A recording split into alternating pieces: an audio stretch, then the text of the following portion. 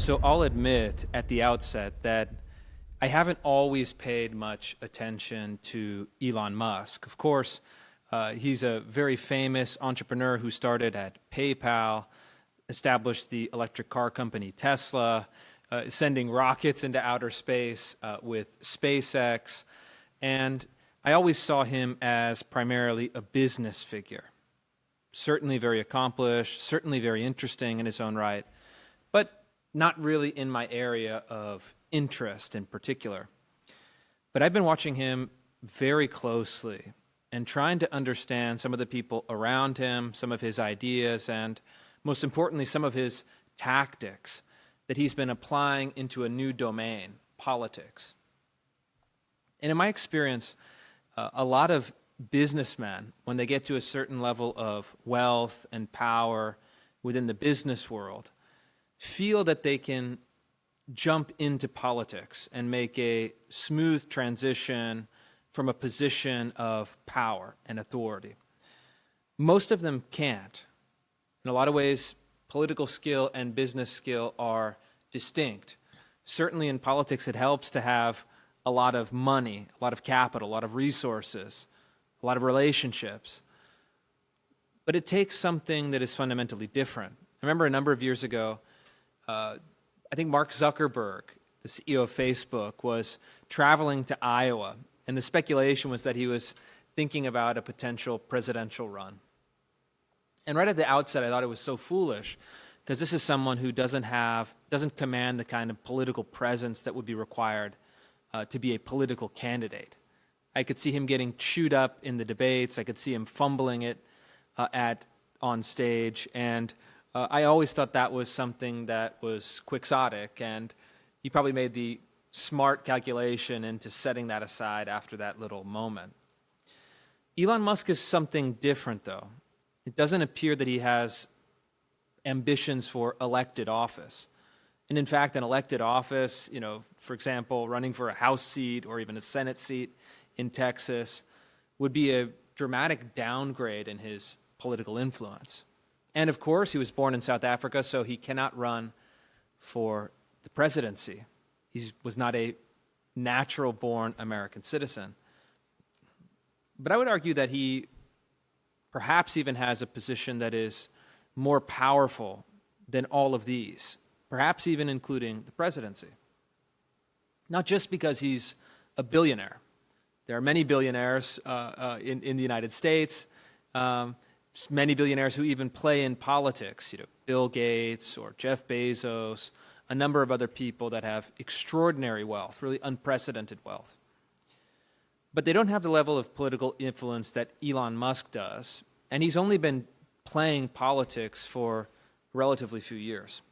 So I wanted to look in specifically how he's using his media presence to exert political power. There are a lot of lessons in here that are important for conservatives, and thankfully he's shifted to our side on most of the issues, pushed for Trump, pushed against censorship, pushed against kind of George Soros counter-empire that is also very influential. But I think he does this really in three ways, all of which stem not from his wealth per se, but from his ownership and control and usage of the social media platform X. There are a number of social media platforms, but in my experience as a political practitioner, X is the most powerful political platform. Political ideas have virtually disappeared from Facebook, and even when they were circulating through the structure of pages and followers, they were all these self-contained silos, whereas X, through accident really, the story of X's founding or Twitter's founding, it's a place where elites in journalism, law, media, politics, business, all engage together on a single forum and engage in political debate. And for example, as far as news media is concerned, engage in the harvesting of stories and ideas. So many times, even in my own work, I have an idea that I put on X, and then it propagates through the news. Fox will cover it positively, MSNBC will cover it negatively, other publications will squabble over it in a similar manner. And so what Elon has done, and even the previous CEO, Jack Dorsey, who kind of took a back seat or took some distance, did not do, is to use the social media platform to control the narrative. We saw this illustrated perfectly in the past week to 10 days when Elon virtually single-handedly revived a long simmering but mostly dead story of the Pakistani Muslim grooming gangs in the UK. He didn't have any special knowledge. He didn't do any particular reporting. He didn't yield even new insights.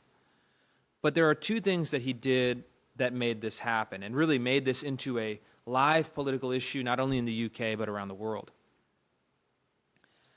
The first is that he had relaxed the censorship rules that might have squashed this topic altogether in the past. There was a time where even saying the word groomer as an okay groomer was deemed a anti-LGBTQI plus slur and was grounds for suspension or even permanently banning your account. So saying, Pakistani grooming gangs, Muslim grooming gangs, would have been grounds, I think, under the last Twitter ownership for permanent expulsion from the platform. And what this did is basically said, this is a topic that cannot be discussed on Twitter, and then as Twitter being the feeding mechanism for the wider media, really on the wider media altogether. Now, some people will quibble and say, well, they did cover it, there were stories. Look on this story in the New York Times that covered it, and yes, there was coverage of this. But the coverage was not commensurate to the severity and intensity of the actual underlying story. The coverage was a kind of dim shadow of what the story actually had earned or had the latent power to earn in this marketplace of public discussion. And so he relaxed censorship, making this story discussable even in polemical terms, and discussable at scale within the confines, not just of some limited news articles on page B8, but actually discussable in front of hundreds of millions of people, and then billions of people as it spilled over into the mainstream media. But the second thing that he did was that he personally touched the issue and started talking about it in a way that galvanized the story around him in particular. He made some very provocative and polemical statements directed at some of the people in charge of suppressing the story and even suppressing proper punishment of these crimes in the UK, setting off a firestorm. Typically, especially in my experience, knowing a number of these folks, billionaires are actually more cautious than, let's say, the median voter in conversation. Why is this? Well, they're embedded in networks. Their money is tied up in investments and ventures and companies and boards of directors. And in a sense, they're actually more vulnerable than the average citizen. Not in a catastrophic way, not in that long tail way of they can be taken off the board. No, having a few $1 billion protects you of that. But in the sense of reputation, business growth, opportunity, you find that actually billionaires are quite careful in their communication, for the most part, although that's changing.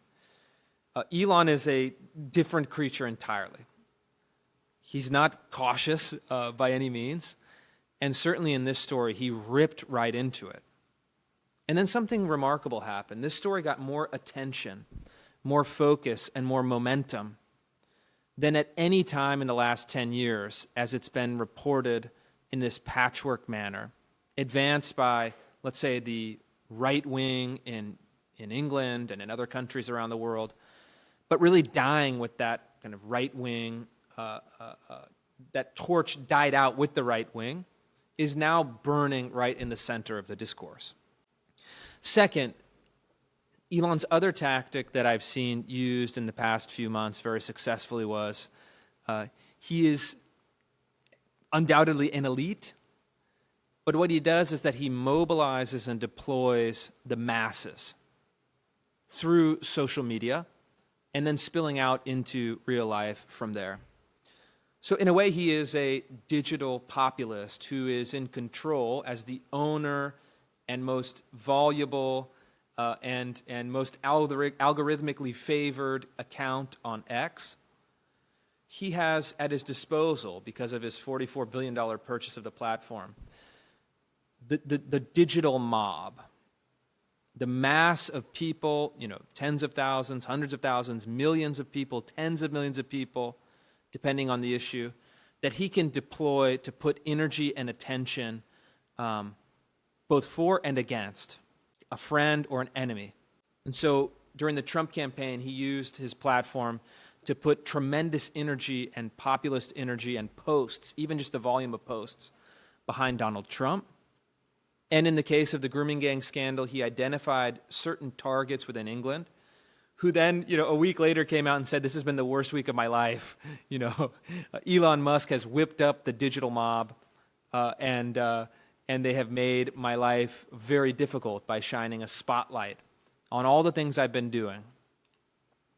This, of course, has downsides, right? Real risks. Anytime you have a large group of people that is following some kind of passionate narrative and engaging in the political process, there's bound to be some excess. But setting that aside, it is a very powerful tool. And certainly Elon Musk is cognizant of the fact that he has this group of not only passionate supporters of his, he's been a cult figure in the business, tech world for a long time. Ask anyone under the age of 25. Elon Musk, one of the most famous people in the world, especially among young people. But because he's wedded himself to the Trump MAGA base, he also has a political coalition beneath him that he can mobilize through X. And in a way, because Trump has his own platform, kind of splinter platform with Truth Social, Elon Musk is the most powerful voice on social media and therefore the most powerful voice in media. Even though I think we can all admit he's not a media figure, he's not particularly eloquent, he's not a great stump speech speaker, and yet his style of communication through memes, through insults, through, just saying, wow, driving attention to something without making a comment is extremely effective. This can be a little difficult for some of us who put a lot of time and attention into deeply researched pieces, into communicating a strong and coherent argument, into developing a campaign to communicate that to the public in precise language. Elon just kind of barrels into it by the seat of his pants and just goes for it. And although that's sometimes difficult to say, oh, well, he should do this, he should do that, he's developed his own authentic style of communication, and because of the apparatus beneath him, it's extremely powerful. The only person who has a more powerful platform, arguably, is Donald Trump, the President of the United States, the most powerful man in the world. And so what does this lead us to? Control over the narrative, control over the digital mob. He's trying to push those two elements into political influence. He wants to see particular political outcomes. Elon's political philosophy is something like MAGA libertarianism. He's worried about the debt. He's worried about national finances. He's worried about the size of government. He's worried about, Doge making things more efficient. Those are kind of libertarian concerns, innovation. But he's also very shrewdly wedded that philosophy to support for Trump, a more nationalistic approach to the world, limiting immigration, etc. Is that he's laddering up this machine into the White House, or into the White House in waiting, Mar-a-Lago, Florida, Trump's estate. There was some news reporting that said he had even, kind of commandeered a bungalow on Trump's property down in Florida and was entering meetings and testing different people, trying to find out who they need to hire, what the direction they need to go, weeding out people who weren't smart enough. That's something I've heard, from people that have seen it firsthand. And so he is, and the left-wing media is trying to press this, I think, in order to make Trump jealous and to try to drive a wedge. But he is kind of the shadow president. That's the narrative that is not quite accurate, but there is some amount of truth to it. And so we'll see, does control over the narrative flow, control over the digital technology, and people who use digital technology, and then control over a massive sum of money, hundreds of billions of dollars. Will he be able to bring some of his core ideas on crime, on immigration, on taxation, on government bureaucracy? Will he be able to bring those into fruition, using them as a bolster to Trump, and then channeling that power through Trump because he's created some dependency? Trump needs Elon in order to achieve his own political objectives. That's what I'm going to be watching as we move from the Elon in Trump's bungalow in Mar-a-Lago to Elon in the Oval Office meeting with Trump in the White House. We're going to see how he uses these tactics and what he can accomplish through them.